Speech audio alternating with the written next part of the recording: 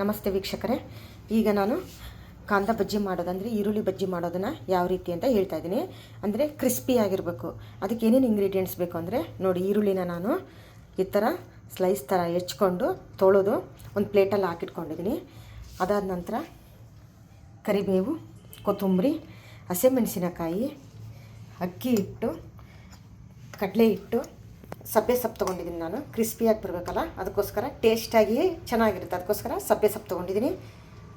ಉಪ್ಪು, ಧನಿಯಾ ಪೌಡರ್ ಸ್ವಲ್ಪ ತೊಗೋಬೇಕು. ಧನಿಯಾ ಪೌಡರ್ ಜಾಸ್ತಿ ಆಗಿಬಿಟ್ರೆ ಬೋಂಡದಲ್ಲಿ ಬಜ್ಜಿಯಲ್ಲಿ ಅದೇ ಸ್ಮೆಲ್ ಬಂದುಬಿಡುತ್ತೆ. ಅಡಿಗೆ ಸೋಡಾ ನೋಡಿ ಇಲ್ಲಿ ಸ್ವಲ್ಪ ತೊಗೊಂಡಿದ್ದೀನಿ ನಾನು. ನೋಡಿ, ಸ್ವಲ್ಪ ಜೀರಿಗೆ, ಸಣ್ಣಗಾಳು ತೊಗೊಂಡಿದ್ದೀನಿ, ಅಂದರೆ ಅಜ್ವಾನ. ಸಣ್ಣಗಾಳು ಅಂದರೆ ಅಜ್ವಾನ ತೊಗೊಂಡಿದ್ದೀನಿ.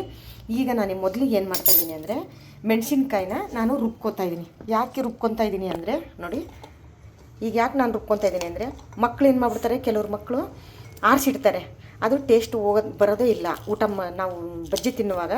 ಅದಕ್ಕೋಸ್ಕರ ನಾನು ಏನು ಮಾಡ್ತಾಯಿದ್ದೀನಿ, ಮಿಕ್ಸಿ ಮಿಕ್ಸಿ ಮಾಡ್ತಾಯಿದ್ದೀನಿ ಸಣ್ಣಕ್ಕೆ.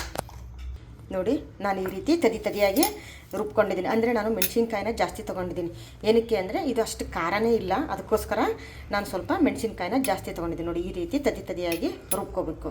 ನೋಡಿ, ನಾನೀಗ ಒಂದು ಸಣ್ಣದೊಂದು ಪಾತ್ರೆ ತೊಗೊಂಡಿದ್ದೀನಿ. ಅದಕ್ಕೀಗ ಅಕ್ಕಿ ಹಿಟ್ಟು ಹಾಕ್ಕೊತಾ ಇದ್ದೀನಿ, ಕಡಲೆ ಹಿಟ್ಟನ್ನು. ಕಡಲೆ ಹಿಟ್ಟಿದು ನಾನು ಕಡಲೆ ತೊಗೊಂಬಂದು ಮನೆಯಲ್ಲೇ ಮಿಕ್ಸಿ ಮಾಡಿ ಇಟ್ಕೊಂಡಿರೋದು ಕಡಲೆ ಹಿಟ್ಟನ್ನು. ಈಗ ನಾನು ಅಕ್ಕಿ ಹಿಟ್ಟು ಹಾಕ್ತಾಯಿದ್ದೀನಿ.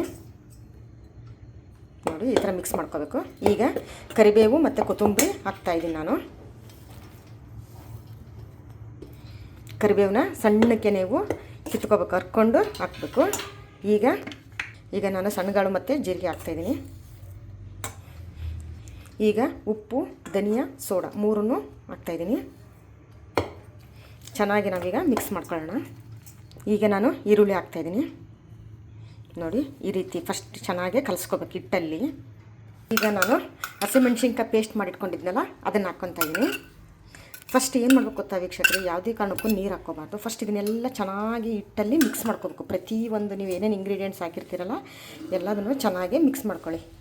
ಈಗ ನಾನು 2 ಕಟ್ನಷ್ಟು ಸಬ್ಬೆ ಸೊಪ್ಪು ಮೊದಲೇ ಹೆಚ್ಚಿ ತೊಳೆದಿಟ್ಕೊಂಡಿದ್ದೀನಿ ಸಣ್ಣಕ್ಕೆ. ಈಗ ಇದಕ್ಕೆ ಹಾಕ್ಕೊತಾ ಇದ್ದೀನಿ. ನಾನು ಹೇಳಿದ್ನಲ್ಲ, ಯಾವುದೇ ಕಾರಣಕ್ಕೂ ನೀರು ಹಾಕ್ಕೋಬಾರ್ದು, ಎಲ್ಲದನ್ನು ಮೊದಲು ಮಿಕ್ಸ್ ಮಾಡ್ಕೋಬೇಕು. ಯಾಕೆಂದರೆ ಅದರಲ್ಲಿ ನೀರಿನ ಅಂಶ ಇರೋದ್ರಿಂದ ಎಷ್ಟು ಕ್ವಾಂಟಿಟಿ ಬೇಕು ನಿಮಗೆ ನೀರು ಅನ್ನೋದನ್ನು ಹೇಳುತ್ತೆ. ನೋಡಿ ವೀಕ್ಷಕರೇ, ಈ ರೀತಿ ನಾವು ಫುಲ್ಲು ಮಿಕ್ಸ್ ಮಾಡ್ಕೊಂಡಿದ್ದೀನಿ ನಾನೀಗ. ಈಗ ಎಷ್ಟು ಕ್ವಾಂಟಿಟಿ ಬೇಕೋ ಈ ಕ್ವಾಂಟಿಟಿ ತಕ್ಕಂತೆ ನೀರು ಹಾಕೊಳ್ಳೋಣ. ಸ್ವಲ್ಪ ನೀರು ಹಾಕ್ಕೊತೀನಿ ನಾನು. ನೋಡಿ, ಫಸ್ಟ್ ಈ ರೀತಿ ಅಂದರೆ ಫುಲ್ ನೀರಾಗೋ ರೀತಿ ಕಲಿಸ್ಕೋಬಾರ್ದು, ಈ ರೀತಿ ಕಲಿಸ್ಕೋಬೇಕು. ನೋಡಿ ವೀಕ್ಷಕರೇ, ನಾನು ಒಂದು ಬಾಣಲಿಗೆ ಎಣ್ಣೆ ಹಾಕಿ ಗ್ಯಾಸಲ್ಲಿ ಇಟ್ಕೊಂಡಿದ್ದೀನಿ. ಈ ರೀತಿ ಎಣ್ಣೆ ಕೂಡ ಕಾದಿದೆ. ಈಗ ನಾನು ಏನು ಮಾಡ್ತೀನಿ, ಫಸ್ಟು ಒಂದು 2 ಸ್ಪೂನ್ನಷ್ಟು ನೋಡಿರಿ ನಾನು ಅದಕ್ಕೆ ಕಲಿಸ್ಕೊಂಡಿದ್ದೀನಿ. ಅಂದರೆ ಯಾವ ರೀತಿ ಇರಬೇಕಿದು ಅಂದರೆ ಫುಲ್ಲು ಈರುಳ್ಳಿನೇ ಕಾಣ್ತಾ ಇರಬೇಕು, ಯಾವುದೇ ಕಾರಣಕ್ಕೂ ಹಿಟ್ಟು ಕಾಣಬಾರ್ದು. ಅಂದರೆ ಟೈಮು ನೀವು ಆಗ್ತಾ ಅದು ಈರುಳ್ಳಿ ನೀರು ಬಿಡುತ್ತಲ್ಲ, ಅದಕ್ಕೋಸ್ಕರ ಫುಲ್ ಒಣರಾಗಿ ಇರಬೇಕು. ನೋಡಿರಿ, ಒಂದು 3ರಿಂದ 4 ಸ್ಪೂನ್ ಸ್ಪೂನಲ್ಲಿ ನಾನು ಖಾರ ಎಣ್ಣೆ ಹಾಕ್ಕೊತಾ ಇದ್ದೀನಿ. ಅಂದರೆ ಕ್ರಿಸ್ಪಿ ಬರುತ್ತೆ. ನೋಡಿ, ಈ ರೀತಿ ಯಾವುದೇ ಕಾರಣಕ್ಕೂ ಅಳಕಾಗಿರಬಾರ್ದು, ಅಂದರೆ ನೀರು ಥರ ಇರಬಾರ್ದು. ಹಿಟ್ಟು ಫುಲ್ ಗಟ್ಟಿನೇ ಇರಬೇಕು. ಅದು ನೀವು ಬಜ್ಜಿ ಮಾಡ್ತಾ ಅದು ನೀರು ಬಿಡುತ್ತೆ ಈ ಹಿಟ್ಟು. ನೋಡಿ, ಬಜ್ಜಿ ಹಾಕ್ತಾಯಿದ್ದೀನಿ ನಾನು. ನೋಡಿ, ಈ ರೀತಿ ಕೆಂಪಾಗೋ ರೀತಿ ನಾವು ಎಣ್ಣೆಯಲ್ಲಿ ಫ್ರೈ ಮಾಡ್ಕೊಂಡಿದ್ದೀನಿ.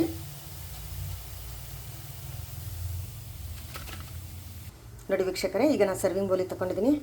ನೋಡಿ ಎಷ್ಟು ಗರಿ ಅನ್ನಂಗಿದೆ ಅನ್ನೋದಕ್ಕೆ ಇದೇ ಸಾಕ್ಷಿ. ಇದೇ ಚೆನ್ನಾಗಿ ಮಾಡಿ. ಇದಕ್ಕೆ ಇನ್ನೊಂದೇನೆಂದರೆ ಅಕ್ಕಿ ಹಿಟ್ಟು ಜಾಸ್ತಿ ಹಾಕೋಬೇಡ್ರಿ. ಅಕ್ಕಿ ಹಿಟ್ಟು ಜಾಸ್ತಿ ಹಾಕೊಂಡ್ರೆ ಕ್ರಿಸ್ಪಿ ಬರುತ್ತೆ, ಬಟ್ ನಿಮಗೆ ಬೋಂಡ ಟೇಸ್ಟ್ ಏನೂ ಬರೋದೇ ಇಲ್ಲ, ಬರೀ ಕ್ರಿಸ್ಪಿ ಥರ ಬರುತ್ತೆ.